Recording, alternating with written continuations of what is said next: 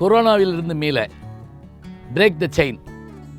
நோய் தொடருக்கு தடை கொடுப்போம், கொரோனாவிற்கு விடை கொடுப்போம்.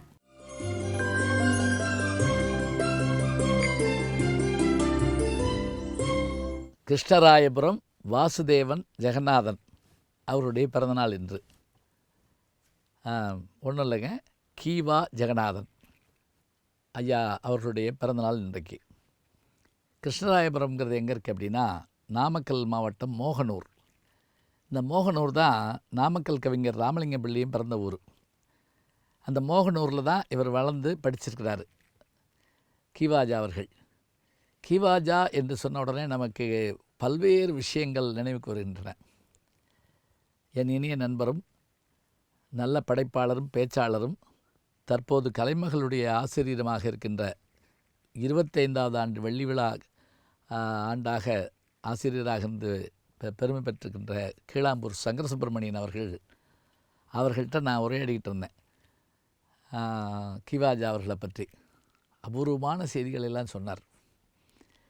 கீவாஜா அவர்கள் அங்கே பள்ளி படிப்பெல்லாம் முடிச்சுட்டு சென்னையில் வந்து ஊவேசா அவர்களிடத்தில் மாணவராக இருக்கார். இதெல்லாம் கிடைக்குமா யோசிச்சு பாருங்கள். சங்கர சுப்பிரமணியன் அவர்கள் கூட, கீழாம்பூர் அவர்கள் கூட ஒரு நூல் எழுதியிருக்கிறார். அதாவது திருச்சிற்றம்பலம் மீனாட்சி சுந்தரம் பிள்ளை, ஊவேசா, கீவாஜா இந்த 3 வரையை வச்சு முப்பெரும் அறிஞர்கள் அப்படிங்கிற மாதிரி ஒரு புத்தக நூல் எழுதியிருக்கிறார். இந்த பரம்பரை பாருங்கள், குரு பரம்பரை பிரபாவம்னு வடமொழியில் சொல்கிற மாதிரி, திவ்ய பிரபந்தத்தில் சொல்கிற இதுகளில் சொல்கிற மாதிரி, இங்கே மீனாட்சி சுந்தரம் பிள்ளையினுடைய மாணவர் ஊவேசா சாமிநாதையர், சாமிநாதையருடைய மாணவர் கீவா ஜெகநாதன். அவரிடத்தில் படிக்கிற வாய்ப்பு கிடைச்சதுங்க. அது மட்டும் இல்லை, அவருடைய கடைசி காலத்தில் அவரோடு இருந்து அவருக்கு பணிவிடை செய்கிற அந்த பெருமையும் அவருக்கு கிடைச்சதுக்கு. அவர் காலில் இது முடியாமல் போனபோது கூட இருந்து ஒரு தாதி போல் உடனிருந்து வேலை பார்த்தவர் கீவாஜா அவர்கள் தான். இன்னும் கூட சொல்கிறதா இருந்தால், 2ஆம் உலகப் போர் நடந்துக்கிட்டு இருந்த நேரம்னால புத்தகங்களையெல்லாம் அள்ளி வண்டியில் போட்டுக்கிட்டு திருக்கழுக்குன்றத்துக்கு தன்னுடைய கடைசி நாளை கழிப்பதற்காக ஐயா ஊவேசா அவர்கள் அங்கே போயிடுறாங்க, தமிழ் தாத்தா அங்கே போயிடுறாங்க. அப்போ உடனிருந்து அவருக்கு எல்லா உதவியும் இவர் தாங்க செய்கிறார். இவருக்கு இவர் 150க்கும் மேற்பட்ட நூல்கள் எழுதியிருக்கிறார். அதில் வீரர் உலகம் என்கின்ற அந்த நூலுக்கு தான் சாகித்ய அகாடமி விருது கிடச்சிருக்குது. இதில் முக்கியமாக நாம் பார்க்க வேண்டிய ஒன்று என்ன அப்படின்னா, திருக்குறள் பற்றிய ஒரு ஆய்வை செய்யணுங்கிறது எல்லாருக்கும், எல்லா தமிழ் படித்தவங்களுக்கும் ஒரு ஈடுபாடு உண்டு. ஊவேசா அவர்கள் சொல்லிக்கிட்டே இருப்பார் அவர்கிட்ட. அப்போ அவிநாசலிங்கம் செட்டியார் அவரை அழைச்சி இந்த மாதிரி ஒன்று செய்யணும்னு சொன்ன உடனே ஒரு அற்புதமான பதிப்பு ஒன்றை கொண்டு வந்திருக்காருங்க. யார்? கீவாஜா அவர்கள்.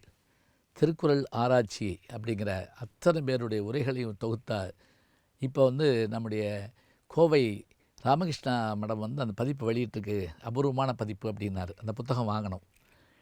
கீவாஜா அவர்களுக்கு அந்த வாகீச கலாநிதி அப்படின்னு ஒரு பட்டம் உண்டு. அதே மாதிரி வித்வான் பட்டத்தை 1933 அவர் பெற்றிருக்கிறாரு. அது தவிர அண்ணாமலை செட்டியாருடைய அந்த விருதும் அவருக்கு கிடச்சிருக்குது. இத்தனை செயல்பாடுகளோடு அவருடைய மேடை பேச்சுக்களுக்கு அடிமையானவர்கள் எத்தனையோ பேர். கீவாஜா அவர்கள்ட்ட ஒரு நல்ல பழக்கம் உண்டுங்கிறத நல்ல தமிழறிஞர்கள், என்னுடைய நண்பர் ஐயா புலவர் வேலாயுதம் சொல்கிறப்ப சொன்னார், கடிதம் போட்டால் உடனே பதில் போடக்கூடிய தன்மை அவர்கிட்ட உண்டா.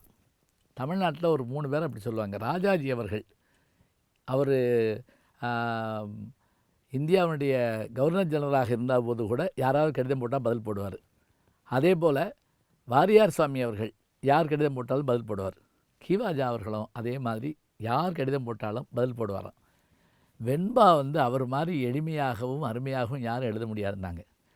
இன்னொன்றுங்க, 4 தலைமுறையை பார்க்குற வாய்ப்பு அவர் கிடைச்சது. அதாவது உவே சாமிநாதையரையும் பார்த்துருக்கிறாரு. பின்னாடி அவருடைய மாணவர்கள், அதுக்கடுத்த மாணவர்கள் இந்த உலகத்தமிழ் மாநாட்டில் நான் பார்த்தேன். 1981-82 உலகத்தமிழ் மாநாடு மதுரையில் நடத்துகிற போது கீவாஜா அவர்கள் அந்த இதுக்கு தலைமையேற்று பேசுகிறப்ப பார்த்திங்கன்னா, ஏப்பா நேரில் உட்காந்து பார்க்குற வாய்ப்பு எனக்கு கிடச்சது. இன்னொரு ஆச்சரியம் என்ன தெரியுங்களா, அவர் திரைப்படத்துக்கும் பாட்டு எழுதியிருக்கிறார். ஏன்னா சில பேர் இந்த பக்கம் வரமாட்டாங்க. குன்னக்குடி வைத்தியநாதன் அவர்கள் அவர்கிட்ட போய் இப்படி கேட்ட உடனே, அதுக்கெல்லாம் எனக்கு வருமாப்பா அப்படின்னு கேட்டிருக்காரு. இல்லை எழுதுங்க இந்த மாதிரி ஒரு டியூன் கொடுத்து எழுதி சொன்னோடனே, நாட்டுப்புற மெட்டில் நம்ம வீட்டு தெய்வம்னு அந்த படம், முத்துராமன் கேஆர் விஜயா நடித்த படம். அதில் நாகேஷ் வந்து கோயில் பூசாரியாக இருப்பார். அவர் பாடுற மாதிரி அந்த பாட்டு, உலகமெல்லாம் காப்பவளே ஓங்காரி அப்படிங்கிற அந்த பாட்டு. அந்த பாட்டு முடிகிற போது கூட அந்த ஐகிரி நந்தினி நந்தி சமேதினி அப்படிங்கிற அந்த பாட்டு வரி அதில் வரும். இதில் அந்த அந்த வரியை எழுதின பெருமை வந்து ஐயா அவர்களுக்கு உண்டு. கீவாஜாவின் ஸ்லேடைகள் அப்படின்னு தனியாக உண்டுங்க. ஸ்லேடைங்கிறது என்ன, ஒரு சொல் இன்னொரு பொருள் அபூர்வ பொருளாக இருக்கணும், அது அழகாக ரசிக்கிற மாதிரி இருக்கணும். இப்போ உதாரணமாக அவர் ஒரு ஊருக்கு பேச போகிறாரு. அப்படி பேச போகிறப்ப அவருக்கு மாலை போடுறாங்க, ரோஜா மாலை போட்டு வரவேற்கிறாங்க. அப்போ அவர் சொன்ன ஒரு வார்த்தை என்ன தெரியுமா? மணி காலையில் 6:30 மணி, காலையிலேயே மாலை வந்ததா அப்படின்னாராம். அந்த மாலைங்கிறது 2 பொருள். மாலைன்னா ரோஜா மாலைன்னு அர்த்தம், ஈவினிங் அப்படின்னு ஒரு அர்த்தம் உண்டு. காலையிலேயே மாலை வந்ததா அப்படின்னாராம். அதே போல் 1921 கலைமகளுடைய அந்த தொடங்குகிற போதே ஒரு குழு இருந்திருக்கிறாங்க. அதில் இவர் இருந்திருக்கிறாரு. அதில் அப்படி இருந்தபோது வையாபுரி பிள்ளை, பேனா அப்புசாமி இவங்கெல்லாம் அந்த குழுவில் இருந்திருக்கிறாங்க. பிறகு ஏறத்தாழ 41லேருந்து 88 வரைக்கும், 1941லேருந்து 88 வரைக்கும் கலைமகளுடைய ஆசிரியராக இவர் வந்து அந்த பத்திரிகையினுடைய ஆசிரியராக இருந்தார். சினிமாவோ மற்ற செய்திகளோ இல்லாமல் பத்திரிகை நடத்த முடியுமான்னு கேட்குறாங்க. அதில் வந்திருக்கக்கூடிய செய்திகளெல்லாம் பார்த்தா அதனுடைய தொகுப்பை நீங்கள் பார்த்தாலே தெரியும் அதனுடைய அருமை நமக்கு. தமிழுக்கென்று ஒரு நூல் வந்தால், அதுவும் அவரை சொல்கிற போது நீங்கள் கலைமகளுக்கே ஆசிரியர் அப்படிம்பாங்களாம். கலைமகள்னால் சரஸ்வதி ஒரு அர்த்தம், கலைமகளுக்கே ஆசிரியர் அப்படிம்பாங்களாம். ஒரு வீட்டில் சாப்பிட்டுட்டு இருந்தாராம். உங்களுக்கு பூரி பிடிக்குமா அப்படின்னு அந்த அம்மா கேட்டாங்களாம். ஜெகநாதனுக்கு பூரி பிடிக்காதா அப்படின்னாராம். பூரி ஜெகநாதர்னு நம்ம கேள்விப்படுறோம். அப்போ அந்த பாருங்கள், யாரும் புரிந்து கொள்ளுமாறு எளிய நடையில் சொல்லுதல். நாட்டுப்புற பாடல்கள் எல்லாம் மலையருவி என்கிற பேரில் தொகுத்தாருங்க. அதோடு மட்டுமில்லை, பழமொழிகள் அத்தனையும் தொகுத்து வச்ச பெருமை இவருக்கு உண்டு.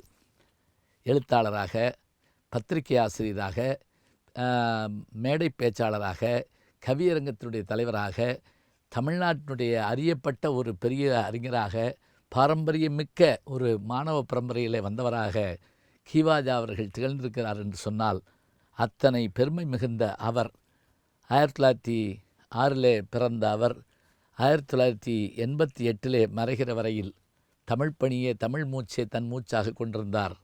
அவருடைய நிலைத்த புகழ் எப்போதும் தமிழர் மனத்தில் நின்று கொண்டிருக்கும்.